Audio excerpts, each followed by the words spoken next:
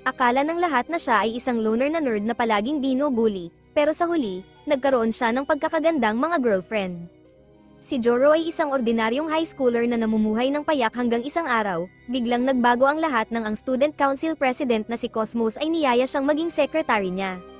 Lagi silang magkasama sa trabaho kaya't lumalim ang paghanga ni Joro sa kanya. Kaya't nangyayain siya ni Cosmos na mag-date, tumibok ng mabilis ang puso niya. Ang picnic date sa tabi ng ilog ay naging matagumpay, at habang papalubog ang araw, lumapit si Cosmos at nahihiyang inamin na may gusto siyang iba. Handa na sana si Joro na tanggapin ang nararamdaman ni Cosmos nang sabihin nitong may malaking crush siya sa matalik niyang kaibigan, si Son-chan. Nakita niya si Son-chan noong nakaraang taon na pinapalakas ang loob ng mga kasamahan sa baseball team pagkatapos ng malaking pagkatalo, at doon siya nagkagusto kay Son-chan. Hiniling ni Cosmos kay Joro na tulungan siyang mapalapit kay Son-chan, at kahit na masakit para kay Joro, pumayag siya. Kinabukasan, nagdesisyon si Joro na mag-move on at sumama sa kanyang matalik na kaibigang si Himawari, na niyaya siya noong nakaraang araw. Ngunit habang nasa date, hindi mawala sa isip niya ang nangyaring pagtanggi kahapon. Napansin ito ni Himawari at nagdesisyong pasayahin si Joro sa makulit na paraan. Unti-unting sumaya si Joro at nagdesisyong sulitin ang araw kasama si Himawari.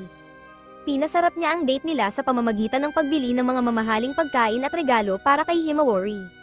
Sa pagtatapos ng araw, inamin ni Himawari na may malalim siyang damdamin para sa isang lalaki. Ang excitement ni Joro ay biglang nauwi sa pagkadismaya nang sabihin ni Himawari na gusto niyang makipag-date kay Son-chan dahil din sa nakita niyang pag-uugali nito noong araw ng baseball game. Hiniling din ni Himawari kay Joro na maging wingman niya, at walang ibang magawa si Joro kundi pumayag. Nang gabing iyon, nagsimula siyang magbato at magbasag ng mga gamit sa kwarto dahil ang plano niyang maging ordinaryo pero sensitibong high schooler ay tuluyang nabigo at walang babaeng may gusto sa kanya. Bigla niyang napagtanto na dalawang babae ang may gusto sa isang lalaki, kaya't isa lamang sa kanila ang maaaring makipag-date kay Son, at pwede niyang mapasakamay ang isa basta't magpapatuloy siya sa pagpapanggap bilang isang mabait na tao. Kinabukasan, habang papunta sa paaralan, inabutan siya ni Himawari at nagsimulang mag-usap tungkol sa plano. Bago ang lahat, inamin niyang tinutulungan din niya si Cosmos upang maging transparent sa lahat ngunit nangakong tutulungan pa rin siya. Sa wakas, napakalma niya si Himawari at nagdesisyon silang ipatupad ang plano na inisip niya para rito. Pagdating sa paaralan, pumasok si Joro sa klase nang wala si Himawari, na hindi pangkaraniwan kaya't napansin agad ni Son. Habang pinag-uusapan nila ito, sumugod si Himawari, ayon sa plano, ngunit hindi ito naging natural. Somehow, naisalba ni Joro ang sitwasyon at nagdahilan na may student council workshop para bigyan ng oras sina Son at Himawari. Tinawag niya si Cosmos sa student council room at sinabi ang parehong bagay na sinabi niya kay Himawari, na nangangakong tutulungan siya. Matapos makumbinsi si Cosmos, sinabi niya ang plano para rito. Nakasalubong nila si Son sa hallway at nagkunwaring pinag-uusapan ang budget ng baseball team upang maging magkaibigan sila, ngunit imbes na sumunod sa plano, nabulalas ni Cosmos na gusto niyang maging kaibigan si Son. Inayos ni Joro ang sitwasyon at ipinaliwanag na sinabi niyang makipagkilala si Cosmos kay Son bilang mahalagang underclassman. Sa tanghalian, nagtago si Joro sa library upang makaiwas sa dalawang babae. Habang nag-iisip, lumapit si Pansy, ang school nerd, upang makipag-usap. Sinubukan niyang iwasan ito dahil lagi siyang inaasar ni Pansy, ngunit inamin nitong alam niya ang mga plano ni Joro kasama sina Himawari at Cosmos. Matagal na siyang sinusubaybayan ni Pansy at may ebidensya siya upang ibunyag ito kay Son.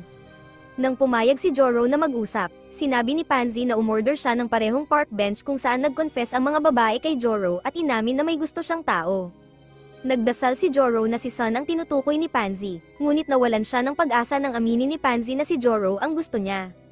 Pinagpala ni Joro ang kanyang kapalaran dahil si Pansy pa ang nagkagusto sa kanya at sinubukan siyang tanggihan ng mahinahon. Ngunit sinabi ni Pansy na hindi niya gusto ang mabait na pagpapanggap ni Joro at mahal niya ang tunay na Joro.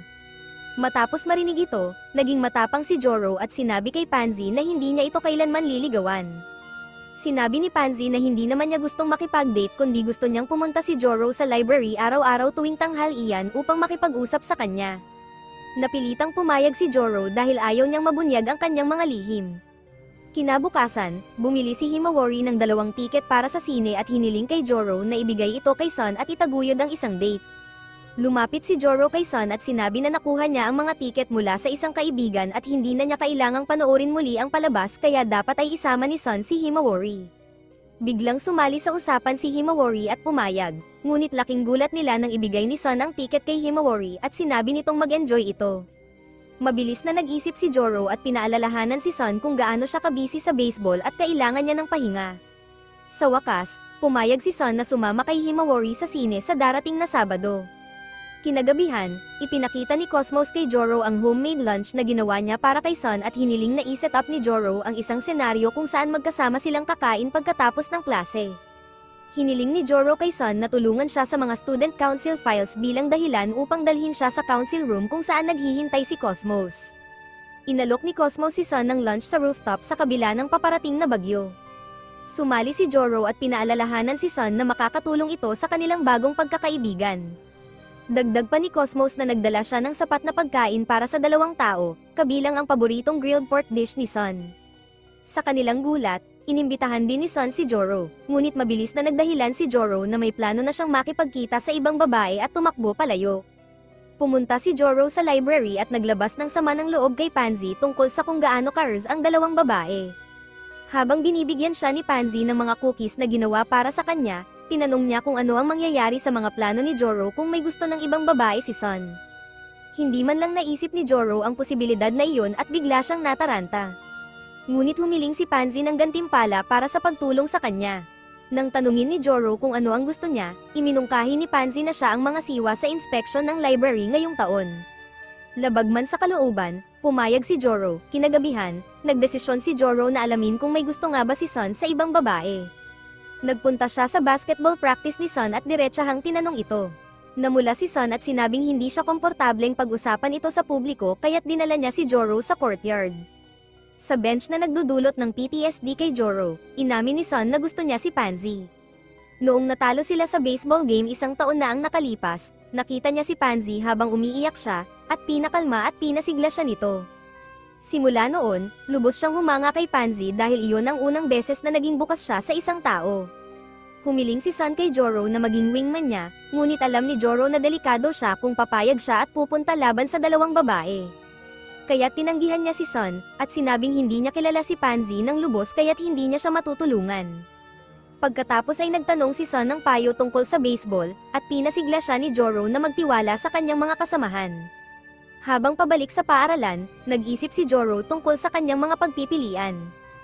Hindi niya malaman ang tamang gawin kaya't agad niyang tinawagan si Pansy upang magtagpo sila sa koridor para humingi ng payo.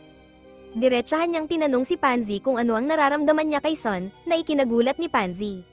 Sinabi niyang gusto niyang makasama si Joro lamang, ngunit pilit siyang ini-insist ni Joro na gusto niyang makita si Pansy kasama si Sun na mas mabuti sa kanya. Nagalit si Pansy at pinalo ang kamay ni Joro, na ikinaagaw ng pansin ng lahat. Sinabihan ni Pansy si Joro na tumigil at sinabing gusto lang niyang makipag-usap at mag-bake ng cookies para kay Joro. Sakto namang dumating si Sun at maling naintindihan ang sitwasyon. Galit na sasabihin sana ni Sun kay Joro na nagtataksil ito at nililigawan ang kanyang crush, ngunit sinabi ni Pansy na naroon si Joro para sa council business. Ipinaliwanag ni Pansy ang tungkol sa library inspection na magaganap mamaya at nailigtas ang pwesto ni Joro. Nahihirapan man maniwala si Sun sa una dahil mukhang tense ang eksena, pero ipinaliwanag ni Pansy na nag-aalala siya tungkol sa posibilidad na isara ang library dahil walang bumibisita rito. Malinaw na sinabi ni Pansy na galit siya kay Joro at naglakad palayo. Napansin ni Joro na nahulog ni Pansy ang bag ng cookies sa sahig. Isang gabi, pagod na pagod si Joro kaya't agad siyang humiga sa kama pagdating sa bahay. Hindi nagtagal ang kanyang kapayapaan dahil nakatanggap siya ng text mula kay Cosmos na nag-aanyaya sa kanya na magkita sila agad. Pagdating ni Joro sa restaurant, naabutan niya si Cosmos na malungkot sa isang sulok. Sinabi ni Cosmos na inutusan siya ni Sun na gamitin ang kanyang karismatikong personalidad bilang president upang magustuhan siya ni Pansy at ayusin ang kanilang pagkikita. Sinabi rin niya na hiningi ni Sun ang tulong ni Joro ngunit tumanggi ito, kaya't sinabi ni Sun na humingi na lamang ng tulong sa iba niyang kaibigan gamit ang isang halimbawa sa baseball. Hiniling ni Cosmos kay Joro na lumayo na lamang kung ang gagawin lang niya ay magsinungaling at magtaksil. Bago pa makasagot si Joro, tumayo si Cosmos at naglakad palayo. Kinabukasan, tinawag si Joro ni Himawari na umuwi. Pagdating niya, Agad sinabi ni Himawari na hiningi rin ni Sun ang parehong pabor sa kanya.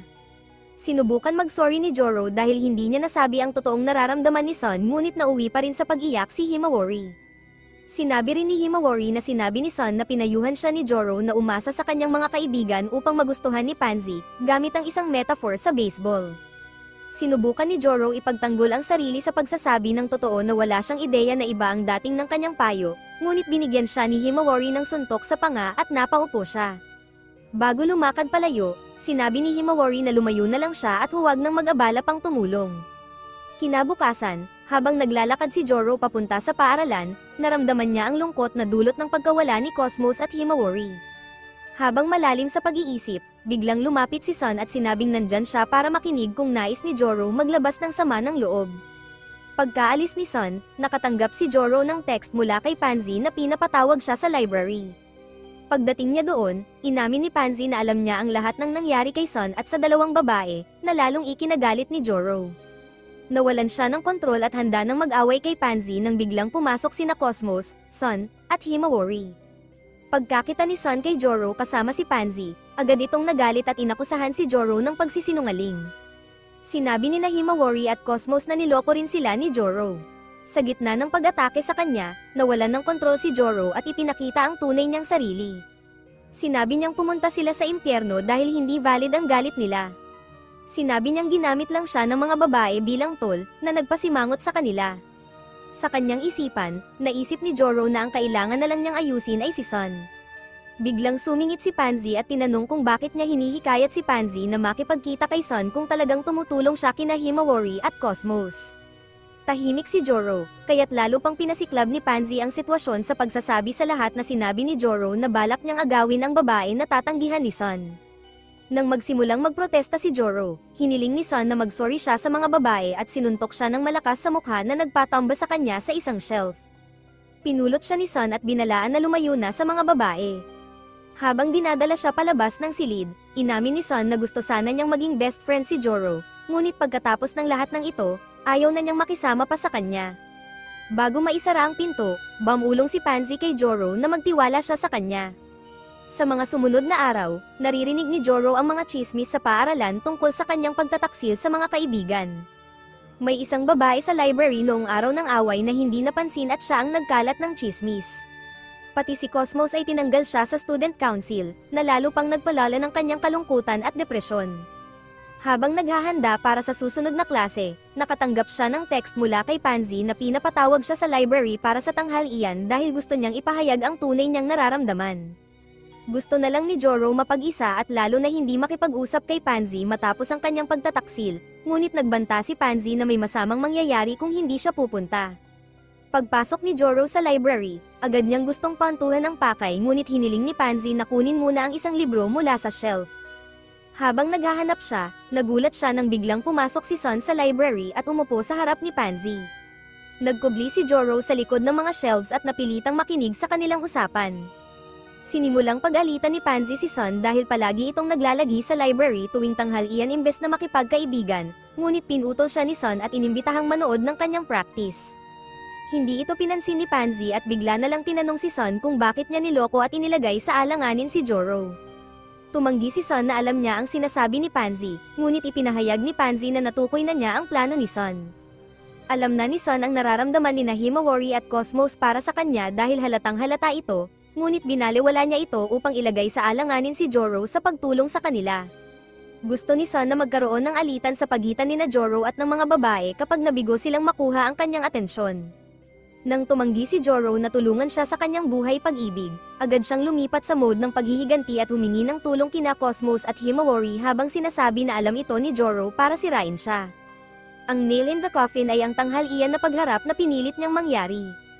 Ipinaalala ni Sun kay Pansy na maging siya ay kumontra kay Joro, ngunit sinabi ni Pansy na ito'y para lamang maitago na siya ay kampi kay Joro upang makausap si Sun at makuha ang mga impormasyon. Pagkarinig sa lahat ng ito, labis na nalungkot si Joro dahil sa matinding pagtataksil ng kanyang matalik na kaibigan. Samantala, pinipilit ni Pansy si Sun na sabihin ang dahilan ng kanyang pagtataksil. Sa huli, inamin ni Sun na ito'y dahil natalo siya kay Joro noong middle school.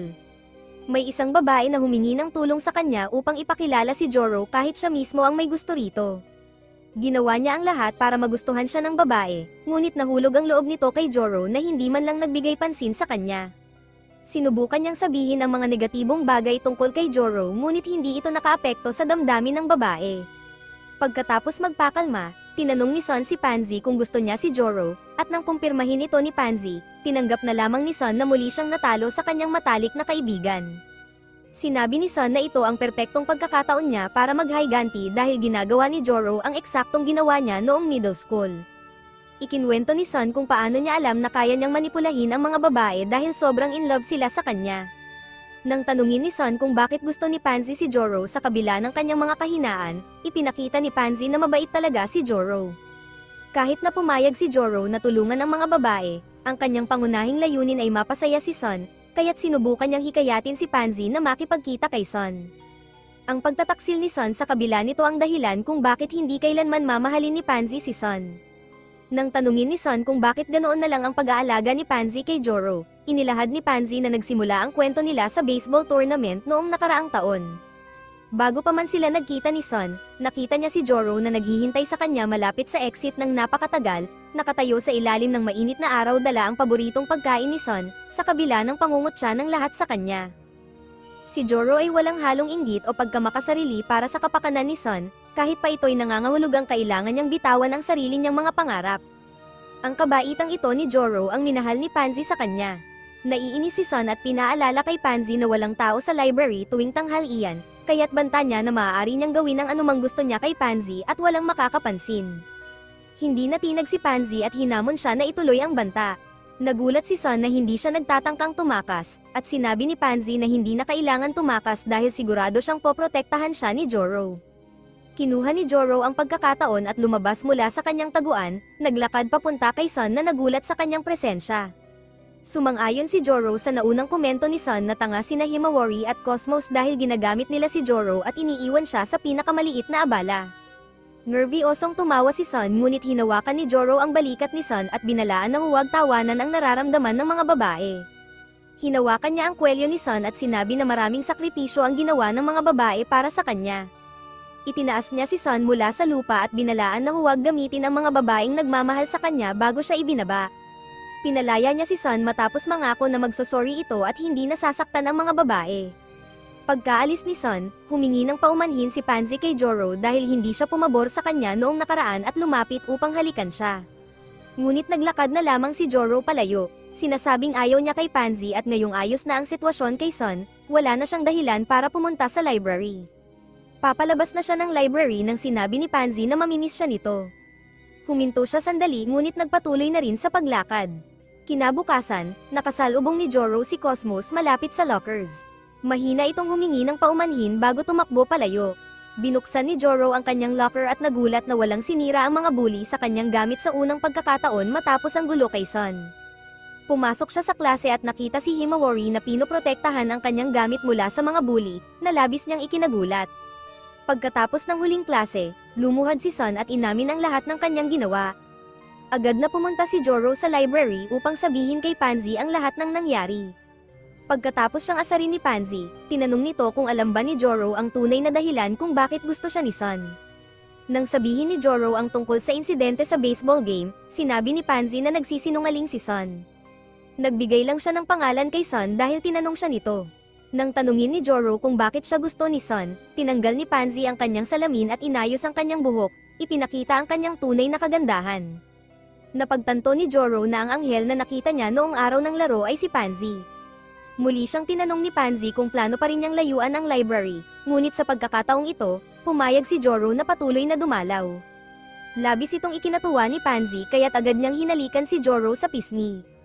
Namula si Joro ngunit patuloy na sinasabing ayaw niya kay Pansy. Sigurado siyang kahit maging magkaibigan sila, hindi niya kayang mahalin si Pansy.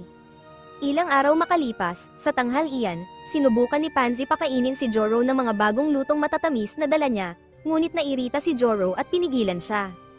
Pinaalala ni Joro na pumupunta siya sa library araw-araw tulad ng gusto ni Pansy, ngunit hindi naman ito nag-aayos para sa kanya. Sinabi ni Pansy na nagbibihis siya ng simple dahil may demonyong sumusunod sa kanya kaya kailangan niyang magtago, ngunit sinabi ni Joro na tigilan na niya ang kalokohan. Sa wakas, Sinabi ni Pansy na hindi niya gusto ang pagpunta ni Joro sa library dahil nagtatago lamang siya kina Himawari at Cosmos at hinihikayat siyang makipag-ayos sa kanila.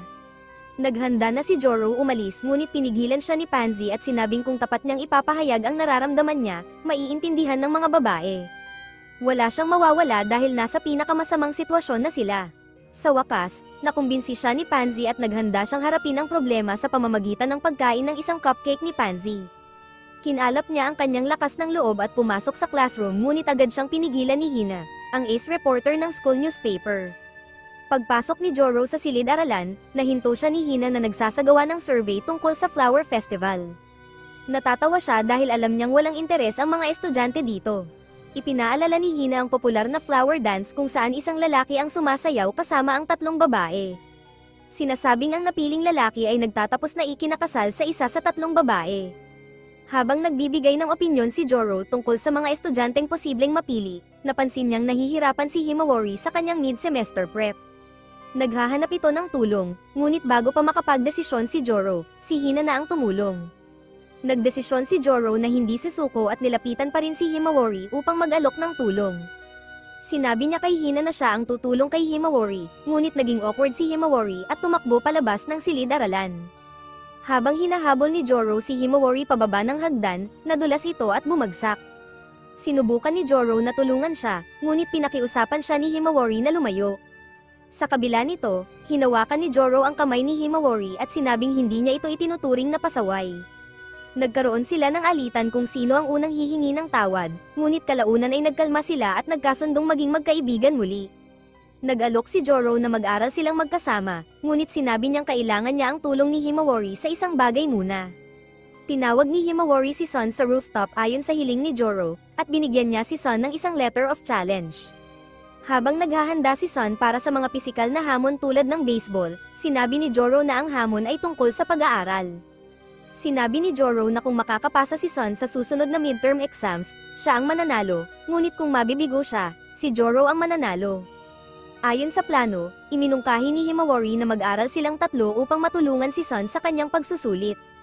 Nakita ni Son ang plano at nagbalak na umalis, ngunit hinaranggan siya ni Himawari. Sa wakas, nilakasan ni Joro ang loob at tapat na inamin na gusto niyang maging kaibigan muli kay Son. Paulit-ulit nilang hiniling ni Himawari na magbalik ang kanilang pagkakaibigan hanggang sa napagtanto ni Son kung gaano niya namiss ang mga kaibigan niyang ito at pumayag na muling magkaayos. Masayang nagpunta si Joro sa library pagkatapos ng klase upang makipagkita kay Pansy at palihim na humiling ng tulong sa pag-aaral. Pumayag si Pansy ngunit malinaw na sinabi na alam niya ang plano ni Joro. Hiningi rin niya kay Joro na dalhin siya sa isang magandang lugar bilang kapalit, na walang nagawa si Joro kundi pumayag. Ipinahiwatig ni Pansy na maaari silang mag-imbita pa ng isa pang tao sa kanilang study group, na tinutukoy si Cosmos. Hindi nakuha ni Joro ang pahiwatig at sinabi na ito lamang ang mga taong kilala niya. Si Cosmos, na nakikinig mula sa labas ng silid, ay nainis at umalis. Ilang araw ang lumipas, habang naglalakad si Joro sa koridor, pinigilan siya ni Hina at tinanong kung libre siya. Sinabi ni Joro na pupunta siya sa kanyang study group nang biglang maramdaman niya ang isang malamig na presensya at nakita si Cosmos. Naalala niyang nakalimutan niya si Cosmos at agad siyang nagmadali upang kausapin siya. Nakita niya si Cosmos na nakaupo sa hagdan at umiiyak. Narinig niyang nagsasalita si Cosmos tungkol sa kung paano siya nagsasanay ng kanyang reconciliation strategy ngunit tila walang epekto dahil iniisip ni Cosmos na hindi nagmamalasakit si Joro sa kanya. Agad na lumapit si Joro at sinabing nagmamalasakit siya kay Cosmos. Sinabi niyang inisave niya ang pinakamahusay sa huli at nagawa niyang kalmayan si Cosmos. Kinahapunan, nagtipon ang grupo sa library at nagsimulang mag-aral. Sinabi ni Joro na balak sana nila ni Pansy na turuan sila, ngunit dahil naroon na rin si Cosmos, maaaring mas magaling itong magturo. Sinimulan ni Cosmos ang pagtuturo sa math at binigyan sila ng tig 5,000 problema na kailangang sagutin sa araw na iyon. Lahat sila'y naguluhan, at si Pansy ay nagmungkahi na siya na lang ang magtuturo kay Himawari sa Japanese dahil iyon ang kanyang kahinaan. Samantala, sumuko na si Son at parang handa na ang kanyang kaluluwa na lisanin ang mundo. Pagdating ng gabi, umalis ang mga babae mula sa matagumpay na session habang ang mga lalaki ay sobrang pagod sa pagsagot sa mga tanong ni Cosmos. Dahil sa kanilang kasigasigan, nagdeklara si Cosmos na maghahanda siya ng 8,000 tanong para sa English kinabukasan. Nagkaroon ng kaunting biruan na ikinatuwa ni Joro, determinado siyang pangalagaan ang kaligayahang ito, na nagbigay sa kanya ng matinding motibasyon na gawin ang kanyang makakaya para sa kanyang mga kaibigan. Natapos ang kanyang pangarap nang tawagin siya ng mga kaibigan niya na naghihintay sa kanya sa di kalayuan. Nagpatuloy ang kanilang biruan habang naglalakad pa uwi, masaya para sa bagong kabanata ng kanilang pagkakaibigan. Natapos ang midterms at inanunsyo na ang mga resulta. Si Joro ay sinalubong ni Himawari sa daan papuntang paaralan, na tumatalon sa tuwa dahil parehong nakapasa si Sun at siya. Napakasaya niya kaya't hindi alintana ang pagkairita ni Joro sa malakas na pagtapik sa likod. Pagdating sa paaralan, nakatanggap siya ng text mula kay Cosmos na nagpapatawag na mag-usap agad. Natigil ang kanyang masasayang isipin nang lumapit si Aina at may ibinulong sa kanya. Dinala siya ni Aina sa playground at sinabing curious siya tungkol kay Joro. Pinaupo siya ni Aina sa bench na nagdulot ng PTSD sa kanya dahil sa mga nakaraang confession incidents. Ang inakala niyang romantic confession ay naging akusasyon ni Aina na isa siyang babaero. Sinabi ni Aina na alam niyang pinapaikot ni Joro sina Himawari, Cosmos, at Pansy. Nakita siya ni Aina na tumitingin sa isang babae sa baseball game noong nakaraang taon, kung saan naroon siya bilang reporter, na nagpapatunay kung gaano ka-imbesel si Joro. Ipinakita ni Aina ang mga litrato ni Joro kasama ang mga babae sa kaina-hinalang posisyon. Sinubukan ni Joro magprotesta, ngunit hindi siya pinakinggan ni Aina at inilabas ang pinakabagong edisyon ng school newspaper kung saan may mahabang artikulo tungkol dito. Sinabi ni Aina na aalisin ang mga pangalan sa final version.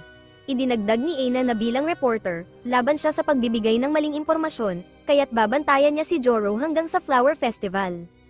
Kung mapapatunayan niyang inosente si Joro, hindi niya ipapakalat ang balita. Kung hindi, ilalabas niya ito sa festival kung saan maraming tao, kabilang ang mga magulang, ang naroon. Habang papunta si Joro sa kanyang classroom kasama si Hina, nasalubong nila si Cosmos na nagpunta para makita siya gaya ng napag-usapan sa text. Agad na nag-alarm si Himawari ngunit sinabi ni Cosmos na naroon siya upang pag-usapan ang flower dance. Sinabi ni Cosmos na siya, si Himawari, at isang first year na nagngangalang Kamada ang mga kasali. Bago pa makapagsalita si Joro, sinabi ni Cosmos na tinatanggihan niya ang imbitasyon taon-taon ngunit excited siya ngayong taon dahil kay Joro. Nakita ni Hina ang lahat ng ito at nagalit si Joro, kaya't hiningi niyang umalis si Hina. Sa tanghalian, ipinahayag ni Joro ang kanyang problema sa kanyang mga kaibigan ngunit wala sa mga babae ang pumayag na lumayo sa kanya. Iminungkahi ni Pansy na harapin nila ang problema, nang mapagtantong walang magagawa sa mga babae, humingi ng tulong si Joro kay Sun, ngunit tumanggi ito dahil marami siyang ibang inaatupag. Naiinis si Joro dahil ang tanghalian lang ang oras para humingi ng payo habang si Hina ay nasa club room, ngunit inuubos ng mga kaibigan niya ang oras niya. Sa huli, sumuko siya at sumama sa kanila sa tanghalian. Pagkatapos ng tanghalian, umalis si Sun para sa baseball practice. Bigla namang tinanong ni Cosmos si Joro tungkol sa kanyang plano pagkatapos ng klase. Sinabi niyang pupunta siya kay Kamada upang ipaalam ang balita tungkol sa flower dance at gusto niyang isama si Joro para makilala nito si Kamada. Tumanggi si Joro dahil ayaw niyang masangkot pa ng higit sa kailangan. Dahil dito, nagsimulang umiyak si Cosmos at emosyonal na kinumbinsi siyang sumama. Hiningi ni Joro na kumilos si Cosmos bilang isang nakatatandang gabay upang mapaniwala si Hina na mali ang teorya nito tungkol sa tatlong girlfriend. Pagkatapos ng klase, habang papalapit si Joro kay Cosmos kasama si Hina, naging antagonistic si Cosmos at sinigawan siya dahil sa pagiging late. Ito'y ikinagalit ni Hina at nagsimula siyang tanungin si Cosmos habang naglalakad sila papunta sa classroom ni Kamada. Nakita ni Cosmos si Kamada sa labas ng classroom at hiniling kay Joro na kausapin ito. Ngunit nang lumapit si Joro, natakot si Kamada at sinabing lumayo ito dahil sa mga kumakalat na chismis tungkol sa foot fetish ni Joro. Agad itong isinulat ni Hina sa kanyang tala at napaisip na baka nga mali ang teorya niya tungkol sa tatlong girlfriend. Ano bang klaseng babae ang gustong may ugnay sa isang taong may ganitong reputasyon? Sa huli, tumanggi si Kamada na sumali sa flower dance na ipinabatid ni Cosmos kay Joro sa text. Habang tinatanggap ni Joro ang balita, lumapit si Hina at sinabi na patuloy pa rin siyang babantayan, kahit na disprove na ang mga akusasyon laban sa kanya. Sinabi niyang talagang interesado na siya kay Joro at gusto niyang malaman pa ang tungkol dito. Napanalunan ni Hina si Joro sa kanyang sinabi at agad na pumayag si Joro sa bagong setup. Agad na lumipat ang usapan ni Hina sa kung ano ang mangyayari sa ikatlong babae sa flower dance ngayong tumanggi si Kamada. Naging hopeful si Hina na baka siya ang mapili at makasayaw si Joro. Biglang nag-text si Cosmos na nakahanap na siya ng kapalit ni Kamada. Sa tanghalian, inihayag ni Cosmos na si Sun ang papalit sa ikatlong posisyon at nakuha na niya ang lahat ng kinakailangang permiso. Masaya si Sun dahil magkakaroon siya ng bagong mapagkakaabalahan bukod sa baseball. Buong sigasig nilang pinaghandaan ang sayaw at nakumbinsi si Pansy na sumali rin sa kanila. Ang saya ng grupo ay lalo lamang nagpapalungkot kay Hina dahil hindi siya makasali. Isang linggo bago ang festival, biglang nilapitan si Joro ng mga classroom divas at inakusahan siya. Ibinagsak nila ang school newspaper sa kanyang desk na may artikulo tungkol sa kanya. Habang nagugulat si Joro sa maagang paglabas ng artikulo, pumasok si Cosmos at sinubukang kumbinsihin ang klase na fake news iyon. Ngunit ito ay nag-backfire dahil lalo lamang pinaghinalaan ng mga tao na isa siya sa tatlong babae. Ang gulong ito ay naputol nang dumating si Hina at sinabi sa lahat na hindi niya intensyon na ilabas pa ang artikulo dahil hindi pa niya nakukumpirma ang balita. Nakumbinsi ang klase ngunit nagbanta ang head diva na sisirain si Joro kung totoo ang mga paratang. Pagkatapos ng lahat, nagpatuloy ang mga araw ng paghahanda para sa Flower Festival. Si Joro ay determinado pa ring protektahan ang kanyang mga kaibigan at maayos ang lahat ng gusot sa kanilang grupo. Pag-alis ng mga divas, humingi ng paumanhin si Hina kay Joro at nag-theorize na baka nagkamali lang at naisama ang kanyang artikulo sa mga nakahandang ilathala. Pinatawad siya ni Joro at nagplano si Cosmos na bumalik sa publishing office upang humiling na bawiin ang lahat ng copy ang naipamahagi na. Pinigil siya ni Hina at sinabing siya na lang ang gagawa nito bilang pagtubos sa kanyang pagkakamali. Pagkatapos, umalis si Cosmos at sinabing baka mas makabuti para kay Joro kung wala siya sa paligid. Patuloy na dumating ang masamang balita para kay Joro dahil ng araw na iyon, in-inform siya ni Pansy na nagdesisyon sina Himawari at Sun na hindi na pupunta sa library. Si Cosmos, na naghihintay doon para kay Joro, ay sinabi ring kailangan na nilang itigil ang kanilang pagkikita dahil lalo lamang lumala ang sitwasyon para kay Joro. Sinabi pa niya na mula ngayon, magkakanya-kanya na sila ng ensayo para sa sayaw. Nang magpoprotesto si Joro, pinutol siya ni Pansy at sinabing tama lang na magdistansya sila sa isa't isa pansamantala. Bago pa niya maproseso ang lahat, lumabas si Cosmos ng library at hiniling kay Joro na iwasan din ang lugar na iyon. Nang gabing iyon, nakaupo si Joro na malungkot sa isang bakanteng silid-aralan nang lumapit si Hina at pinakalma siya, sinabing lilinisin niya ang pangalan ni Joro. Ngunit nag-impake lang ng gamit si Joro at nagdesisyon ng umuwi. Nang tanungin ni Hina tungkol sa dance practice, sinabi ni Joro na hindi na nila itutuloy iyon, na agad nagparamdam ng pagkamuhi kay Hina sa sarili dahil sa pag-aakalang sinira niya ang lahat para kay Joro. Pinakalma siya ni Joro at bilang pagbawi, inalok ni Hina na tulungan siya sa dance practice. Pumayag si Joro, na nagbunga ng bagong pagkakaibigan sa pagitan nila. Dumating ang araw ng Flower Festival, isang linggo na mula nang magkaroon ng contact si Joro sa kanyang mga kaibigan, na lalo pang nagpalungkot sa kanya. Habang nagmumuni-muni sa mga koridor ng paaralan, nilapitan siya ng mga divas at pinaalala na sisiguraduhin nilang mananagot siya kung totoo ang mga akusasyon sa artikulo. Bigla silang nahinto nang dumating si Hina at iniligtas si Joro mula sa mga divas. Lubos ang pasasalamat ni Joro kay Hina sa pagiging kasama niya sa pinakamatinding linggo ng kanyang buhay. Sa huli, naging malaki ang tulong ni Hina sa paglilinis ng pangalan ni Joro at sa pagbabalik ng kanyang kumpiyansa. Habang nagsisimula ang Flower Festival, masaya si Joro na may bagong kaibigan na handang tumulong at sumuporta sa kanya. Ang lahat ng pagsubok na ito ay nagpatibay ng kanyang pagkatao at nagbigay sa kanya ng bagong pag-asa para sa masayang hinaharap. Sinabi ni Hina kay Joro na balak niyang ipamigay ang artikulo sa ikalawang araw ng festival kung totoo ang mga akusasyon. Ayaw niyang sirain ang sayaw ni Joro sa araw na iyon at pinangarap na magtagumpay siya. Bigla namang nakatanggap si Joro ng tawag mula kay Sun, na nagsabing may malaking problema. Nakatayo siya sa labas ng opisina ng principal kung saan nagrereklamo ang mga miyembro ng school board tungkol sa dalawang lalaking sumasayaw sa flower dance. Humingi ng paumanhin si Sun at sinabing kailangan niyang umatras sa sayaw at kailangan nilang humanap ng babaeng papalit sa kanya. Sinabi ni Sun kay Joro na huwag mag-alala dahil aayusin niya ito agad. Habang iniisip ni Joro ang solusyon, naalala niya ang mga practice sessions nila ni Hina at tinanong siya kung handa siyang sumali sa sayaw. Nakiusap siya kay Hina na huwag tumanggi dahil wala na siyang ibang malalapitan. Hindi alam ni Joro na ito ang pinapangarap ni Hina at agad siyang pumayag. Bago pa matawagan ni Joro si Cosmos upang ipaalam ang update, lumapit na ang presidente sa kanila at sinabi na hinahanap niya sila. Narinig ni Cosmos ang usapan at tinanong si Joro kung sigurado siyang si Hina ang papalit. Nang kumpirmahin ni Joro, hiniling ni Cosmos kay Hina na sumama sa kanya sa student council room dahil may sasabihin siyang dapat hindi marinig ni Joro. Ngunit iginiit ni Hina na gusto niyang naroon si Joro, kaya't napilitan si Cosmos na pumayag.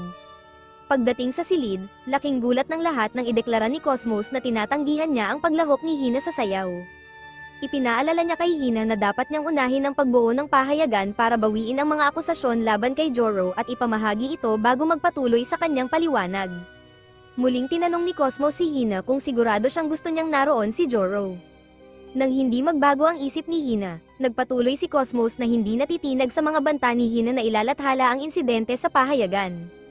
Hinarap ni Cosmos si Hina at sinabing nagsisinungaling siya sa lahat at dinaya si Joro kahit alam niyang wala itong tatlong girlfriend. Iniwan ni Hina si Joro sa isang sulok at sinadyang iwasan ang pinakamahalagang oras ng kanyang araw, ang tanghalian, kung saan makikita sana ang tunay na relasyon nila sa isa't isa. Pinilit ni Hina na marami siyang trabaho sa pagbuo ng mga artikulo sa opisina ng pahayagan, ngunit kinontra siya ni Cosmos na pwede naman niyang gawin iyon sa library. Sinabi ni Cosmos na kinausap niya ang mga estudyante sa nakaraang linggo at nakumpirma na ang mga kakaibang chismis tungkol kay Joro ay kumakalat tuwing tanghalian at pangunahing sa mga first years. Nang tanggihan ni Hina ang anumang kinalaman dito, ipinakita ni Cosmos ang isa pang insidente na kanyang inimbestigahan.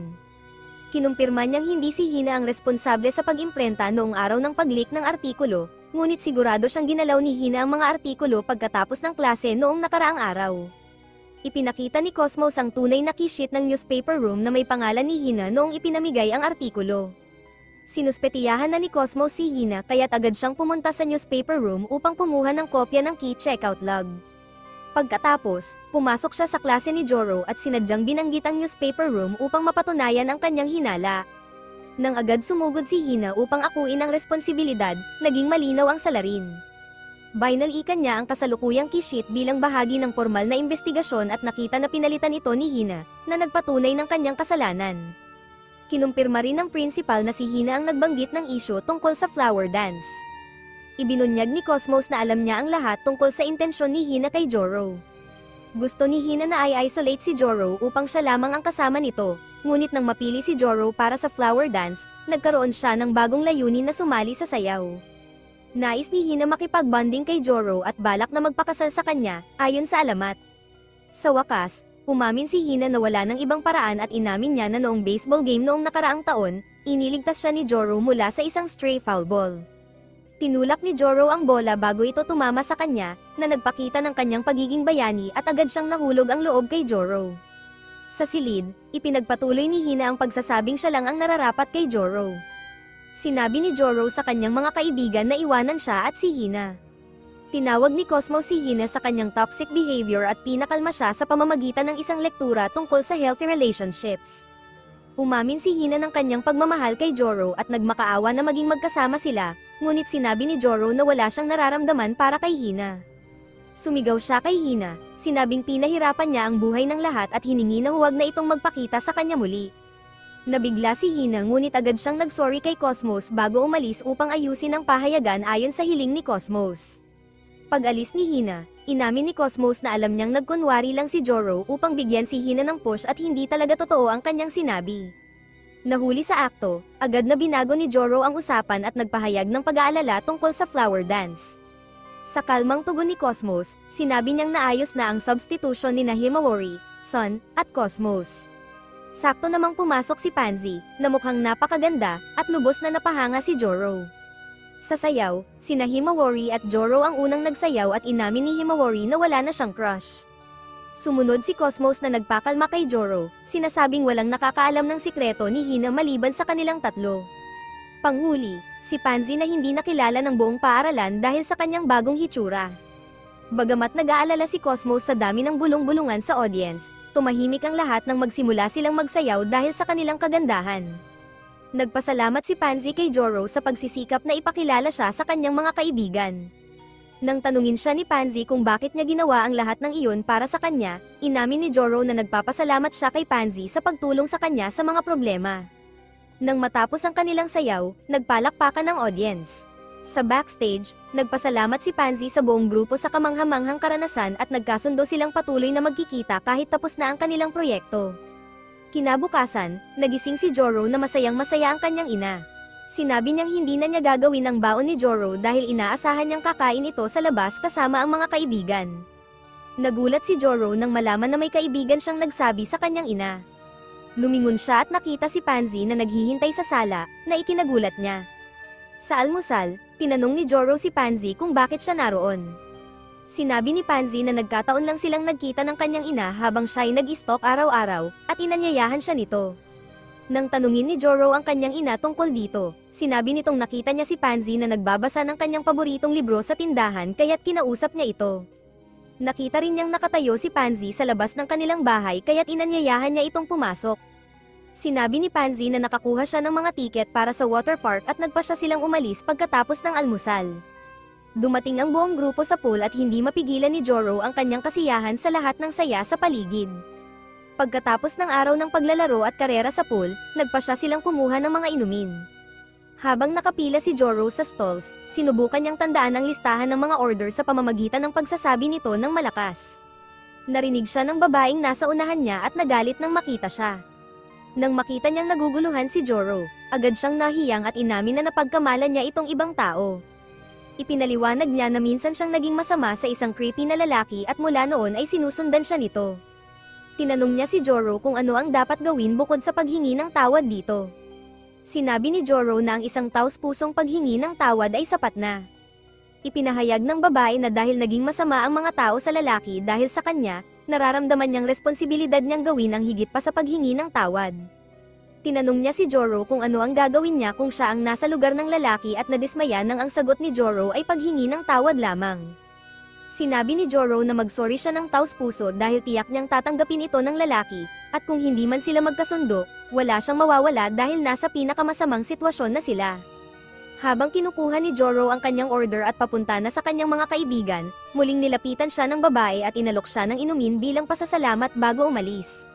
Pag-upo ni Joro kasama ang kanyang mga kaibigan, agad siyang niyaya ng mga babae na sumama sa iba't ibang aktibidad. Si Himawari ang unang nagyaya sa water slide, sumunod si Cosmos, at pagkatapos si Pansy. Nag-away ang mga babae at pinakalma sila ni Joro, sinabing maaari siyang sumama sa lahat ng aktibidad. Nagpa siya ang mga babae na gawing kompetisyon ang mga aktibidad at tingnan kung sino ang pinakamasaya kasama si Joro, at ang mananalo ay magkakaroon ng kahilingan na susundin ni Joro. Hindi tinulungan ni Sun si Joro kundi cheer pa ang mga babae at nanood ng saya. Una silang pumunta sa water slide ayon sa kagustuhan ni Himawari. Habang pababa sa slide, nawala ang shorts ni Joro, ngunit tinakpan agad ni Sun ang kahihiyan ni Joro. Sunod na si Cosmos na dinala siya sa dolphin rides. Habang papunta sa dolphin, tinukso sila ng mga bata na nagpatamlay kay Cosmos. Nag-daydream si Cosmos tungkol sa kasal at sa kanyang pag-iisip ay itinulak ang dolphin na may nakasakay na si Joro. Muling sumaklolo si Sun at sumakay kasama si Joro, sumunod si Pansy at dinala siya sa hot water bath. Nagpasalamat si Pansy kay Joro sa pagbibigay ng pagkakataon na maranasan ang saya kasama ang buong grupo. Nagpasalamat din si Joro kay Pansy sa pagtulak sa kanya na makipag-ayos sa lahat. Sinimulang ilabas ni Pansy ang mga nakakahiya ngunit totoo na sekreto ni Joro mula sa kanyang stalking, ngunit muling sumaklolo si Sun na parang isang knight in shining armor. Sa pagtatapos ng mga aktibidad, higit pang naramdaman ni Joro ang pagkakaibigan kay Sun kaysa sa mga babae. Bago umalis sa pool, tinanong si Joro ng mga babae kung sino ang pinakamasaya niyang kasama at, syempre, sinabi niyang si Sun. Dagdag pa ni Joro na handa siyang maging kasama ni Sun at gawin ang anumang nais nito. Tumakbo silang dalawa sa paglubog ng araw, na iniwan ng mga babae. Kinabukasan sa paaralan, inilabas ang updated na pahayagan na naglilinis ng pangalan ni Joro sa lahat ng maling akusasyon. Nagbalik ang mga divas upang humingi ng tawad sa kanilang mga ginawa. Pumasok si Sam, ang kanilang leader, na may itim na buhok na gaya ng gusto ni Joro. Nakilala agad ni Joro si Sam bilang ang babaeng nakita niya sa pool. Humingi ito ng paumanhin kay Joro, bagamat nagulat siya. Ito ang unang araw sa mahabang panahon na naramdaman ni Joro ang kapayapaan at kasiyahan sa loob ng paaralan. Ilang araw ang lumipas, isang bagong estudyanteng nagngangalang Yoki ang lumipat sa kanilang klase. Pagpasok niya sa silid-aralan, agad niyang hinalikan ang kamay ni Joro, na nagbigay ng malalim na pagkabigla kay Joro. Nang tinitigan niya si Yoki, naalala niya ang baseball game noong isang taon. Alam niyang malulungkot si Sun dahil sa pagkatalo, kaya't nagmadali siyang bumili ng mga skewer mula sa food stall dahil paborito ito ni Sun. Ang babaeng nag-aasikaso sa stall na iyon ay si Yoki. Ininterrupt ng guro ang flashback ni Joro at pinabalik si Yoki sa harap para sa kanyang introduction. Sinabi ni Yoki sa klase na sila ang may-ari ng isang popular na skewer chain. Agad na nakilala ni Sun ang pangalan ng chain at nagsimulang purihin ang kanilang mga skewer, habang si Joro naman ay nag-iisip tungkol sa halik at ang mga posibleng kahihinatnan nito. Lumingon siya at agad na napansin ang galit ni Sun at Hina. Si Himawari naman ay naghahanap ng pagkakataon na magpasimuno ng kaguluhan at sinabi kay Joro na ipapaalam niya ito kina Cosmos at Pansy. Kinahapunan, nilapitan ni Yoki sina Sun at Himawari habang nasa paligid sila ng desk ni Joro. Ikinwento niya ang insidente mula sa baseball game at sinabing nais niyang bayaran si Joro sa malaking tulong na ibinigay nito sa tindahan sa pamamagitan ng pagbili ng lahat ng skewer. Napansin ni Yoki si Sun na malungkot at tinanong kung gusto rin nitong maging deboto ni Joro tulad niya. Agad na itinanggi ni Sun ang alok, na nagpakita ng kaunting pagdududa. Ibinalik ni Yoki ang usapan sa sarili at sinabi kay Joro na gagawin niya ang anumang nais nito. Naputol ang kanilang pag-uusap nang pumasok ang guro, kaya't lahat ay bumalik sa kanilang mga upuan. Nagkaroon ng pagkakataon si Joro na timbangin ang mga posibleng kahihinatnan ng pagtanggap sa alok ni Yoki at napagtanto niyang tiyak na may gusto ito mula sa kanya. Pagkatapos ng klase, inatasan si Joro na dalhin ang mga gamit ng guro sa staff room. Nakita niya ito bilang pagkakataon na makilala pa si Yoki at alamin ang tunay nitong intensyon. Nang mailagay na nila ang mga gamit sa staff room, agad na nag-flirt si Yoki kay Joro na lalo pang nagpatibay ng kanyang pagdududa. Habang pabalik sa silid-aralan, nawala sa kanyang isip ang isang balat ng saging sa sahig. Bago pa siya matapilok, hinayla siya ni Yoki palayo, na nagdulot ng pagka-distract ni Joro. Kailangan niyang ipaalala sa sarili na manatiling focused sa kanyang misyon. Ininterrupt ni Yoki ang kanyang pag-iisip at sinabing may dala siyang homemade lunch at inanyayahan siya na kumain kasama siya. Agad na nahikayat si Joro sa ideya ng masarap na tanghalian at pumayag. Naaalala ni Joro na kailangan niyang alamin ang intensyon ni Yoki, kaya't sinabi niya na nakakaramdam siya ng pagkakasala na pinagsisilbihan siya ni Yoki at tinanong kung ano ang maitutulong niya kapalit nito. Habang hinihintay ang sagot ni Yoki, umaasa na makita ang tunay nitong motibo, sinabi lang ni Yoki na ang pagsilbihan siya ay nagdudulot ng kasiyahan sa kanya. Agad na nagulat si Joro sa sagot na ito at nawala ang kanyang pagdududa kay Yoki. Dinala niya si Yoki sa library para ipakilala sa kanyang mga kaibigan. Matapos ang mga introduction, agad nilang nilantakan ang pagkain maliban kay Cosmos na nag-iipon ng lakas ng loob na ibigay kay Joro ang handmade lunch na dala niya. Habang handa na si Cosmos na ibigay ang kanyang tiffin, iniabot na ni Yoki kay Joro ang kanyang dala. Naalangan si Cosmos at nahihiyang umatras, na nagdulot ng awkward na sitwasyon para sa kanya. Tinanong ni Joro si Cosmos kung maaari siyang makakuha ng ilan sa lunch na dala nito, na agad nagpabuti ng kanyang mood. Pagkatapos ng lunch, inilabas ni Pansy ang kanyang mga sikat na homemade cookies para sa lahat. Habang hindi makagalaw si Joro dahil sa dami ng kinain niya, nag-uusap sina Himawari at Sun tungkol sa kanilang paparating na tennis at baseball tournaments. Nangako si Cosmos na mag-oorganisa ng cheering squad para sa kanila at aayusin ang kanilang mga schedule para hindi magkasalungat ang mga laro. Ito'y nagunjok kay Yoki na tanungin si Joro kung magaling siya sa anumang bagay, at nang tumanggi si Joro, sinabi ni Yoki na tiyak niyang makakakuha si Joro ng bagong kakayahan mula ngayon. Pagkatapos ng lunch, habang umaalis ang lahat, hiniling ni Pansy kay Joro na magpaiwan. Agad na nilinaw ni Joro na ayaw niyang pag-usapan si Yoki dahil natagpuan na niya ang isang taong walang kondisyong nagmamahal sa kanya at ayaw niyang sirain ito. Sinabi agad ni Pansy na wala siyang reklamo sa pag-uugali ni Yoki. Sa katunayan, nauunawaan niya ang pagnanais na bayaran ng tulong ng iba. Ang tunay niyang problema ay kung gaano ka-pushover si Joro. Tinanggap niya ang lunch ni Yoki kahit alam niyang hindi niya ito makakain, at tinanggap din niya ang lunch ni Cosmos para hindi ito masaktan. Hiniling ni Pansy na itigil ni Joro ang pag-iwas dahil sa proseso, mas masasaktan lang niya ang lahat.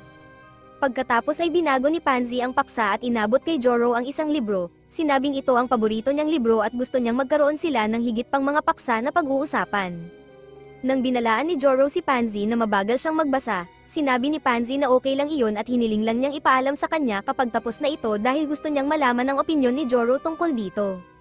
Tinanggap ni Joro ang libro at bago umalis, sinabi niyang may gagawin siya pagkatapos ng klase na may kinalaman sa isang tradisyon at hindi siya makakapunta sa library pagkatapos ng klase. Habang naglalakad palabas ng convenience store, bigla siyang sinalubong ni Himawari at natamba sila. Nainis si Joro at sinigawan si Himawari na bumangon.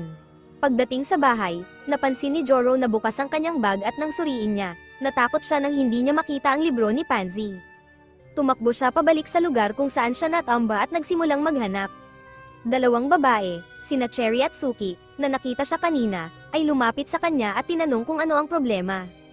Sinabi ni Joro na nahulog niya ang isang libro kanina at hinahanap ito. Pumayag silang tumulong maghanap at nagpunta sa tindahan para mag-imbestiga. Pagkatapos ng ilang sandali, muling nagkita sila, ngunit mukhang hindi positibo ang mga babae. Tinanong nila si Joro kung mahalaga talaga ang libro at nang kumpirmahin niyang mahalaga ito, may pag-aatubili nilang inilabas ito. Noong una, natuwa si Joro na nahanap niya ito, ngunit napansin niyang sira na ito. Napagpasyahan niyang bumili na lang ng bagong kopya, ngunit sinabi ni Cherry na alam niya kung gaano kahalaga ang libro. Bumulong siya ng presyo sa tenga ni Joro, at napagtanto ni Joro na hindi niya ito kayang bilhin. Binigyan siya ni Cherry ng address ng bookstore na nagbebenta ng libro. Kinabukasan sa tanghalian, tutok si Joro sa job magazine upang makaipon para mapalitan ang libro. Upang ma-distract siya, inilabas ni Cosmos ang lunchbox na inihanda niya, ngunit hindi makuha ni Joro ang kanyang atensyon sa paghahanap ng trabaho. Umiyak si Cosmos at sinubukan ni Sun na ipakita kay Joro ang nangyayari sa paligid niya. Nawalan ng pasensya si Himawari at inagaw ang magazine na ikinagalit ni Joro. Nag-alok si Yoki ng part-time job kay Joro sa kanilang tindahan dahil kulang sila sa tao. Bagamat nag-aatubili si Joro, agad siyang nakiusap para sa trabaho nang marinig ang sahod. Nangangahulugan ito na hindi na siya makakapunta sa library pagkatapos ng klase, na ikinalungkot ni Pansy. Pagkatapos ng tanghalian, hiniling ni Joro kay Pansy na magpaiwan dahil may sasabihin siya. Binigay niya ang libro kay Pansy at humingi ng paumanhin sa pagkasira nito. Sinabi niyang kailangan niya ng part-time job upang mapalitan ang libro at nangakong babalik agad pagkatapos makaipon.